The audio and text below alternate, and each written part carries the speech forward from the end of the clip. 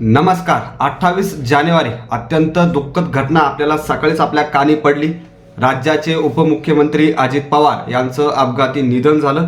खरं पाहिलं तर त्या दिवसापासून आजपर्यंत ही बातमी किंवा ही गोष्ट अजूनही आपण पचवू शकत नाहीये. परंतु त्यानंतर जर पाहिलं तर राज्याचं राजकारण आपल्याला बदलताना पाहिलं आपण. राज्याला नवीन उपमुख्यमंत्री, पहिल्या महिला उपमुख्यमंत्री मिळाल्या.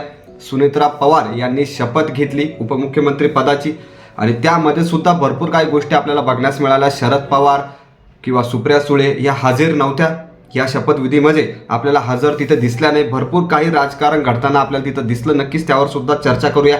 तसेच उपमुख्यमंत्री पदाची शपथ घेतल्यानंतर सुनेत्रा पवार यांनी काय वक्तव्य केलं, काय ट्विट केलं त्यावर सुद्धा चर्चा करूया. चला पुढे बोलूया.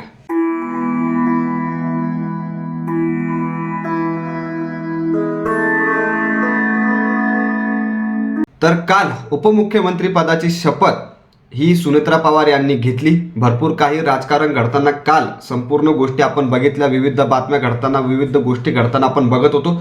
शपथविधी झाल्यानंतर एक पोस्ट मिळालेल्या माहितीनुसार एक पोस्ट आपल्याला दिसली. सुनेत्रा पवार त्यामध्ये म्हणतात, अजित पवार यांनी आयुष्यभर शेतकरी, कष्टकरी, महिला, युवक आणि वंचित घटकांसाठी जगण्याचा मंत्र दिला.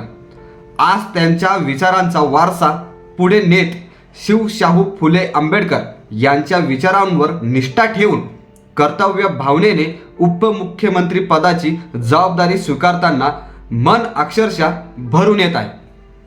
दादांच्या अकाली जाण्याने मनावर दुःखांचा मोठा डोंगर कोसळला असला तरी त्यांनी शिकवलेली कर्तव्यनिष्ठा, संघर्षाची ताकद आणि जनतेप्रतीची बांधिलकी हाच माझा खरा आधार आहे, असं वक्तव्य, अशी पोस्ट आपल्याला बघण्यास मिळाली. भरपूर काही गोष्टी घडताना आपण बघितलेल्या होत्या.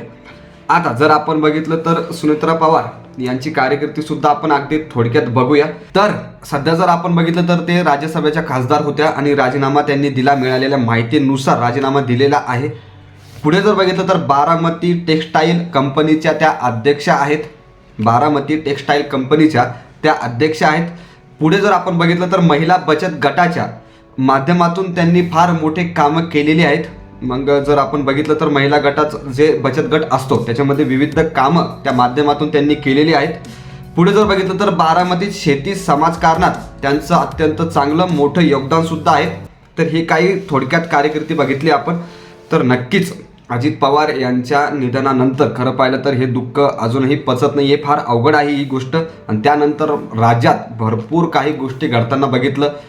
एक पद्धतीने जर बघितलं तर एक चर्चा ही सुद्धा होती की एवढी घाई कशाला, एवढ्या लवकर शपथविधी कशाला, 4 दिवस झाले नाही आहे. तर आणि दुसरीकडे बघितलं तर अत्यंत चांगला निर्णय त्यांनी लवकरात लवकर घेतला, ही सुद्धा गोष्ट चर्चा होताना दिसतीये. तर भरपूर काही गोष्टी सध्या घडताना दिसत आहे. परंतु अत्यंत महत्त्वाची जी बातमी आहे ती नक्कीच हीच आहे की उपमुख्यमंत्रीपदी सुनेत्रा पवार यांनी काल शपथविधी घेतला.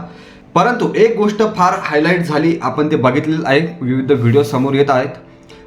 काल शपथविधी जवळपास 5 ते 5:30च्या दरम्यान झाला आणि सकाळीच शरद पवार यांनी पत्रकार परिषद घेतली होती आणि तिथे वक्तव्य केलं होतं की मला शपथविधी संदर्भात काहीही माहीत नाही आहे, कोणतीही माहिती सध्या माझ्यापर्यंत आलेली नाही आहे. आणि त्यानंतर जर आपण बघितलं तर शपथविधीमध्ये सुद्धा तिथे सुद्धा आपल्याला शरद पवार, सुप्रिया सुळेताई ह्या सुद्धा तिथे हजर आपल्याला दिसलेल्या नव्हत्या. तर कुठेतरी पवार कुटुंबात नाराजी सत्र सुरू आहे किंवा सुरू झालंय अशी चर्चा होताना दिसत आहे सध्या तरी. यावर सुद्धा भरपूर काही गोष्टी समोर येताना नक्कीच आपल्याला येणाऱ्या काळात दिसणारच आहेत. तर तुम्हाला या संदर्भात काय वाटतं नक्की कमेंट करून सांगा. बाकी व्हिडिओ आणि माहिती आवडली असेल तर सबस्क्राईब करायला विसरू नका.